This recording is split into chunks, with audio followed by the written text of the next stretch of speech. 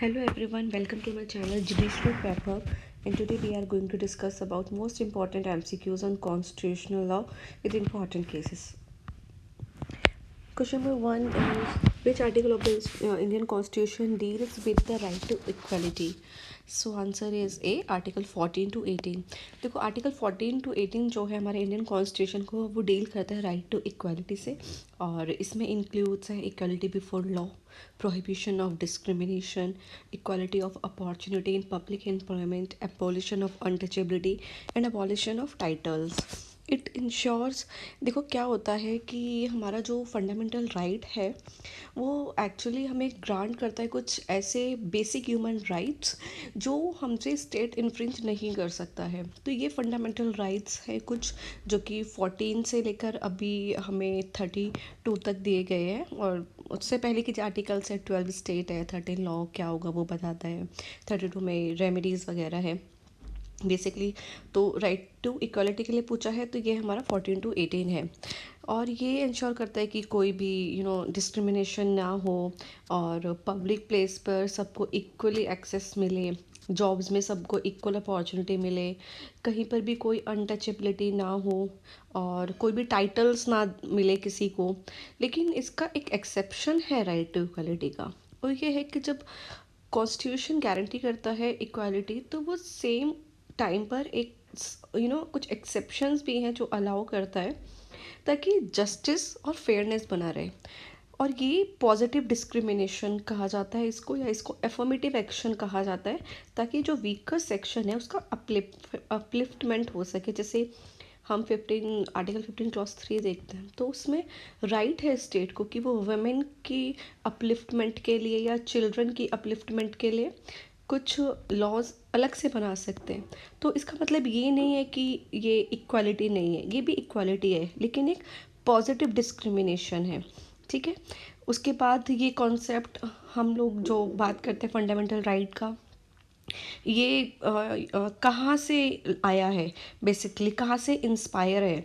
तो UDHR जो universal declaration of human rights है 1948 का, उसने लेट डाउन किए थे इक्वालिटी के लिए कुछ ग्लोबल फाउंडेशन, और ये बोला गया कि हर कोई एंटाइटल्ड है हर कोई एंटाइटल्ड है इक्वल प्रोटेक्शन ऑफ लॉ के लिए, और हर किसी को फ्रीडम मिलनी चाहिए डिस्क्रिमिनेशन से। और अगर इसकी फ़िलोसफिकल रूट की बात करें तो ये इसका जो आइडिया है अगर हम देखें तो आया है, जैसे जॉन लॉक जो थे ज्यूरिस थे, या जीन जैक्स रूसो, इन्होंने एम्फसाइज़ किया कि जो नेचुरल राइट्स होते हैं और जो इक्वालिटी का प्रोसेस होता है ये सब ह्यूमंस को मिलना चाहिए, इक्वालिटी का ट्रीटमेंट सब ह्यूमंस को मिलना चाहिए, और नेचुरल राइट सबको मिलने चाहिए। फिर है कौन सा फंडामेंटल राइट है जो गारंटी करता है protection of the interest of minorities से रिलेटेड दो सेक्शन है article 29 and 30। So answer would be cultural and educational right, और ये आर्टिकल 29 and 30 में है, और ये प्रोटेक्ट करता है right of religious and linguistic minorities to conserve their culture or establish and administer educational institutions।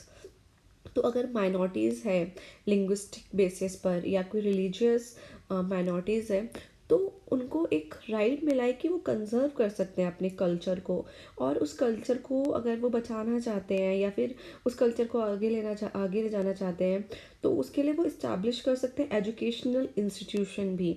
Article 29 है उसमें बात की गई है कल्चरल और एजुकेशनल राइट्स ऑफ माइनॉरिटीज़ की to preserve their language, script and culture, and Article 30 talks about the right to establish and administer educational institution of their choice। Then question number 3, which article guarantees right to freedom of speech and expression? Answer is Article 19 clause A subclause, Article 19 clause 1 sub clause A. इसका explanation ये है कि देखो freedom of speech and expression हमें article 19 के अंदर grant किया जाता है। ठीक है। ये अलाउ करता है इंडिविजुअल को कि आपके पास राइट है, आप अपना कोई भी ओपिनियन जो है फ्रीली एक्सप्रेस कर सकते हैं, लेकिन सब्जेक्ट है कुछ रीजनेबल रेस्ट्रिक्शंस लगाई गई हैं जो आपको आर्टिकल 19 क्लॉज 2 में देखने को मिलेगी। इसके कुछ इंपॉर्टेंट केस लॉज हैं, जैसे Ramesh Thapar versus state of Madras 1950। ये पहला केस था जिसने स्ट्राइक डाउन किया सेंसरशिप को, और ये हेल्ड किया जो फ्रीडम ऑफ स्पीच है वो असेंशियल है डेमोक्रेसी के लिए। फिर है Brijbhushan versus state of Delhi 1950। इसमें pre censorship of newspaper held unconstitutional under article 19(1)(a। Then we have K Abbas versus union of India 1971। इसमें प्री सेंसरशिप को अपहेल्ड किया गया, लेकिन ये बोला गया कि ये एक रीजनेबल होनी चाहिए और वायलेट ना करे फ्रीडम ऑफ स्पीच को। और Shreya single versus union of India में स्टक डाउन कर दिया section 66A of IT act को, और कहा गया कि ये बहुत अनक्लियर है और ये वायलेट कर रहे फ्रीडम ऑफ स्पीच को। तो देखो इसमें बेसिकली आप देख रहे हैं कि कितने जजमेंट्स के थ्रू फ्रीडम ऑफ स्पीच को सेव करने के लिए कितने ऐसे लॉज थे जिनको हटा दिया गया, या कुछ ऐसी चीज़ें थी जो आर्बिट्रेरी नज़र आ रही थी तो उसको अनकॉन्स्टिट्यूशनल कर दिया गया। दैट मीन्स कि freedom of speech and expression plays a very important role our in life, but there are also certain restrictions which has been given under article 19 clause 2। Okay, तो कोई भी हमारा फ्रीडम है ना वो एब्सोल्यूट नहीं है, they are subjected to restrictions, right? Then we have right to constitutional remedies is mentioned under which article? Article 32। देखो अगर हमारे पास कोई राइट है और उसको एनफोर्स करने के लिए अगर हमें कोई रेमेडी ना मिले तो फिर उस राइट की कोई रेलेवेंसी नहीं रह जाती है।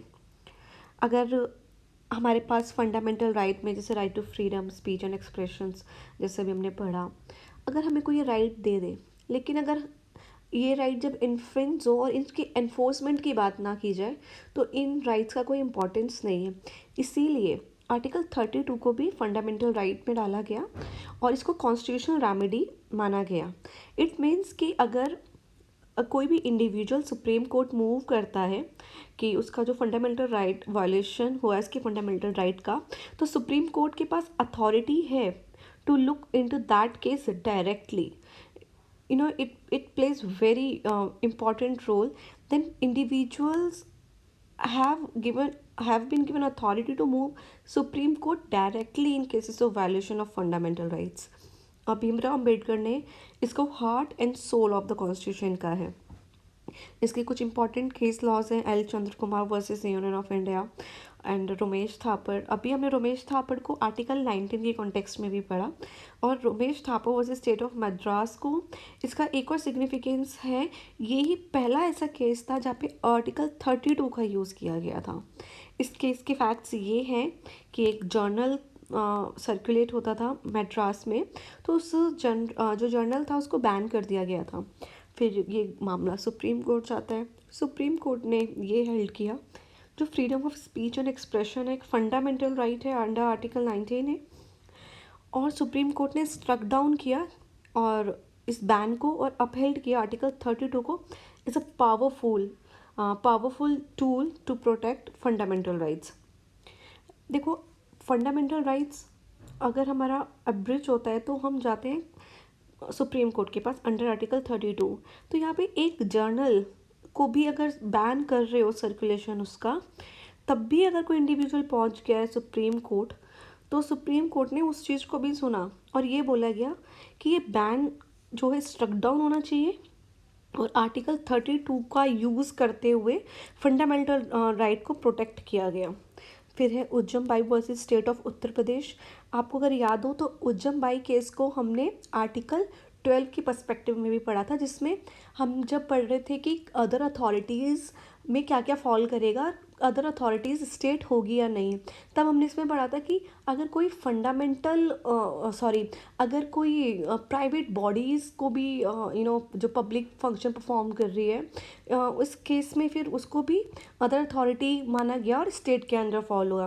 तो वहाँ पर भी रेलेवेंट है ये, और ये आर्टिकल 32 के लिए भी रेलेवेंट है, क्योंकि इसमें ये क्लैरिफाई किया article 32 is available only for the enforcement of fundamental right, not for any other rights. ठीक है, फंडामेंटल राइट का ही यूज़ कर सकते हो आप आर्टिकल 32 के एनफोर्समेंट अगर आप चाहते हैं। तो उसमें ये होना चाहिए कि आपका फंडामेंटल राइट ही एब्रिज हुआ है। इट मीन्स अगर आपको कोई legal right you know infringe हुआ है, तो उसके लिए आप कॉन्स्टिट्यूशन आप उसके लिए फंडामेंटल राइट को एनफोर्स कराने के लिए डायरेक्ट सुप्रीम कोर्ट मूव नहीं कर सकते हो।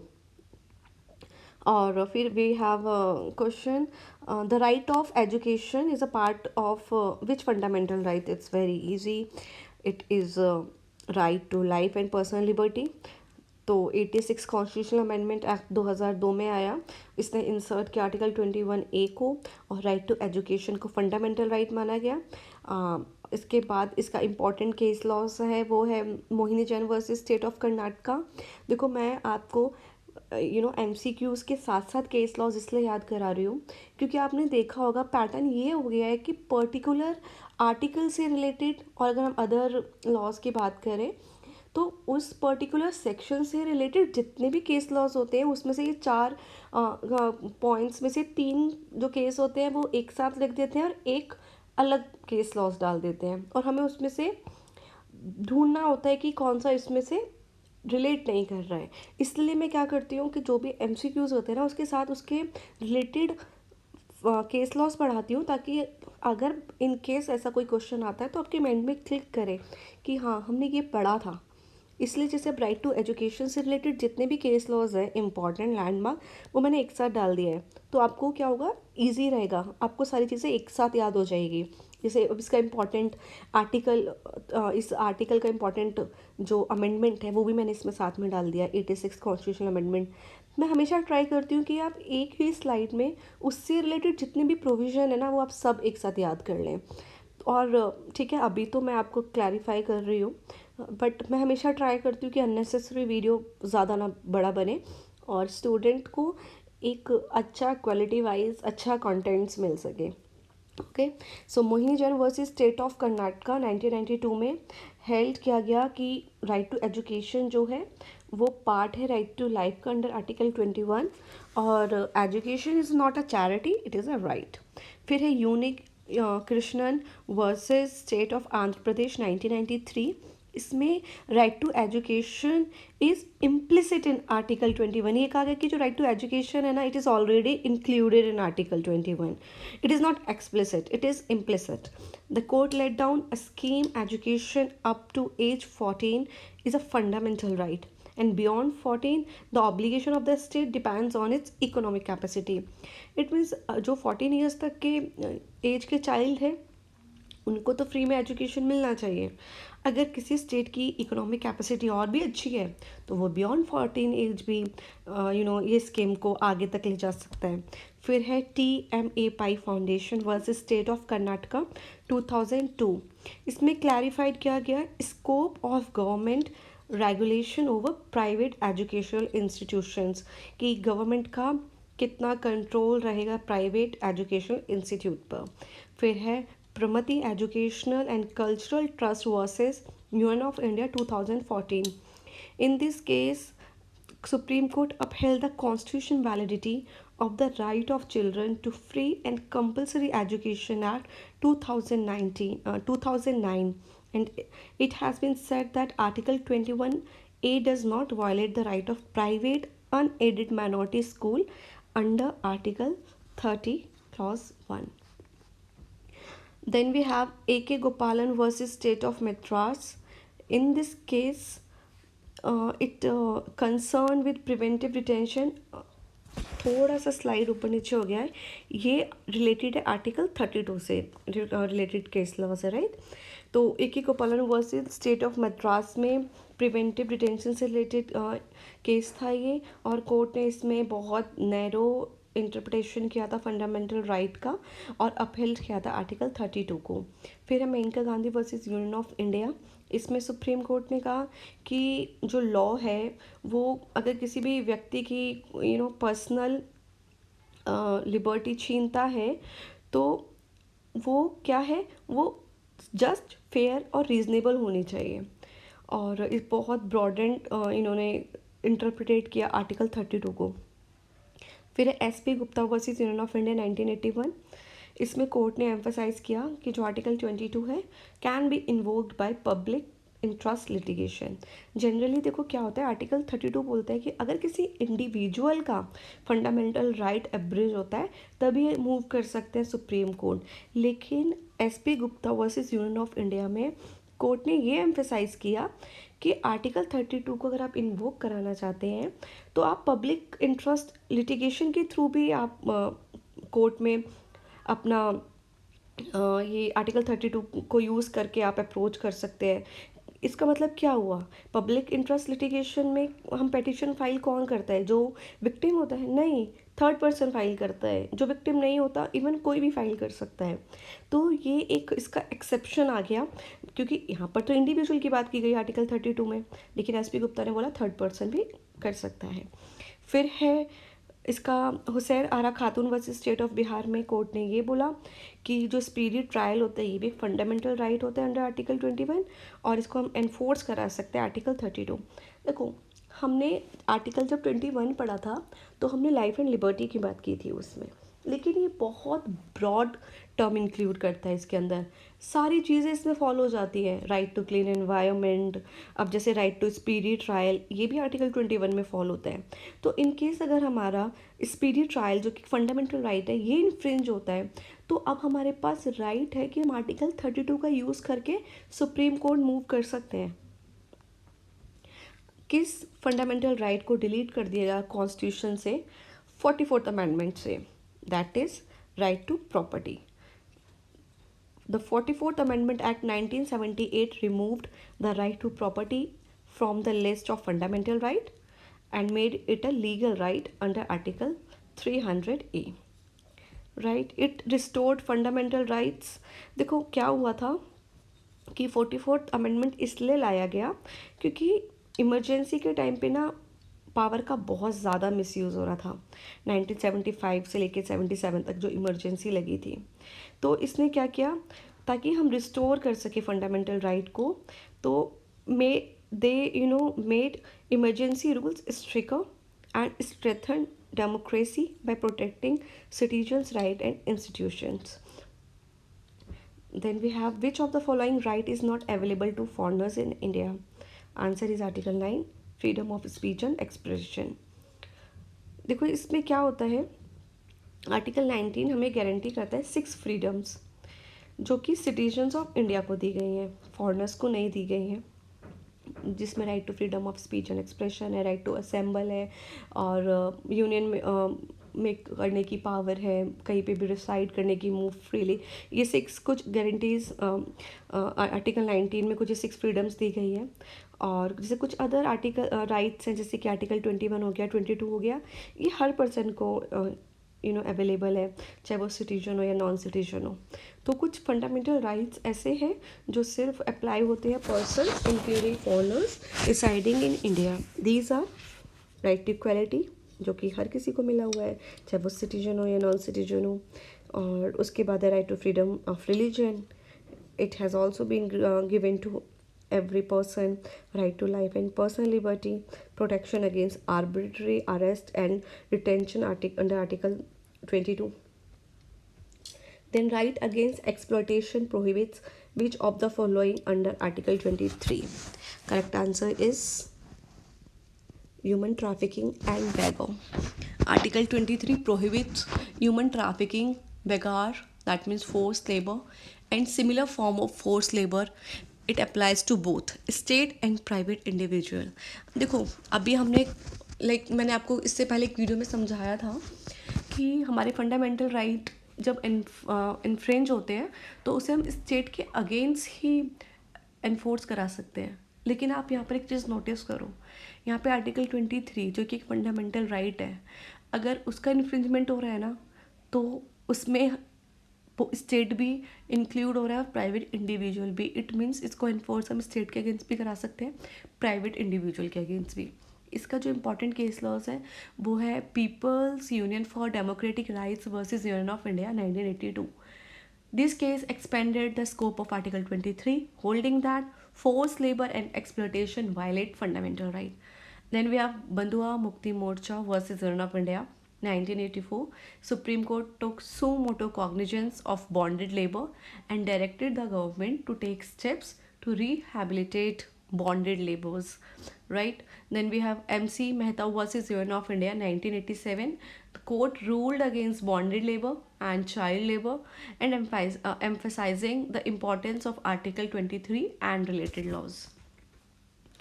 Then which of the following is not correct about the right of education, article 21A।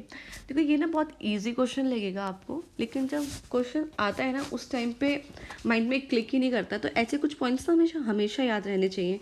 जैसे आर्टिकल 21 हम बहुत ईजी में पढ़ लेते हैं, राइट टू एजुकेशन है, 86 अमेंडमेंट से एक्ट ऐड किया गया है, ये मतलब बेसिक चीज़ें याद कर लेते हैं। लेकिन इसका कुछ इंपॉर्टेंट है, जैसे कि इसमें से कौन सा करेक्ट नहीं है, that is D. It is enforceable only by the president order. This is wrong. What is right is that it was added by 86th amendment. Okay, it guarantees free and compulsory education for children aged 6 to 14. देखो confusion हमें हमेशा रहता है कि इसमें किस as के children की बात की गई है।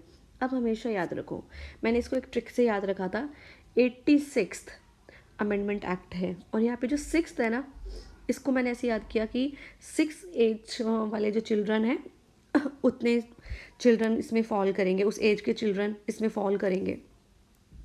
और 8 और 16 को ऐड करो तो कितना होता है 14, तो 6 to 14।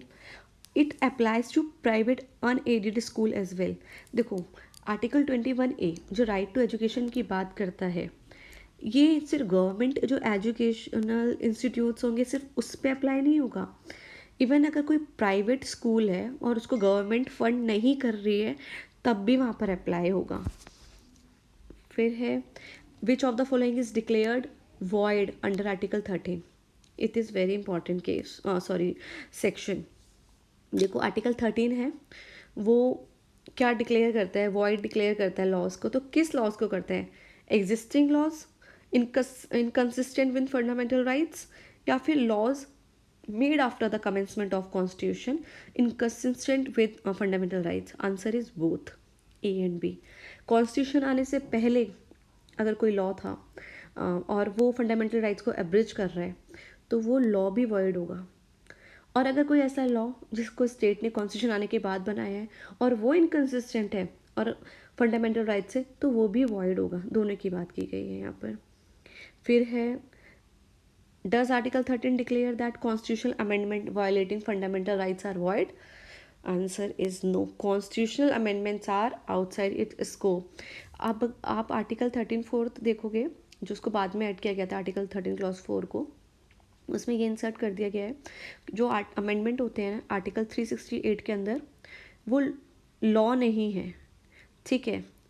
और लॉ नहीं है जो चीज़, तो वो अगर कोई, क्योंकि फंडामेंटल राइट्स को जो लॉ इनकंसिस्टेंट होगा तभी तो वो वॉइड होगा। अब उसको लॉ ही नहीं माना गया 368 के अमेंडमेंट्स जो होते हैं, तो फिर तो वो फंडामेंटल राइट को अगर इन्फ्रिंज भी करेगा तो भी एज सच कोई प्रॉब्लम वाली बात नहीं है, क्योंकि ये तो लॉ है ही नहीं। लेकिन केशवानंद भारती के इसमें एक बेसिक स्ट्रक्चर का डॉक्ट्रिन आया और कोर्ट ने क्लैरिफाई कर दिया कि ठीक है आप फंडामेंटल राइट्स को एब्रिज कर सकते हो, लेकिन आप उसके बेसिक स्ट्रक्चर को इन्फ्रिंज नहीं करोगे।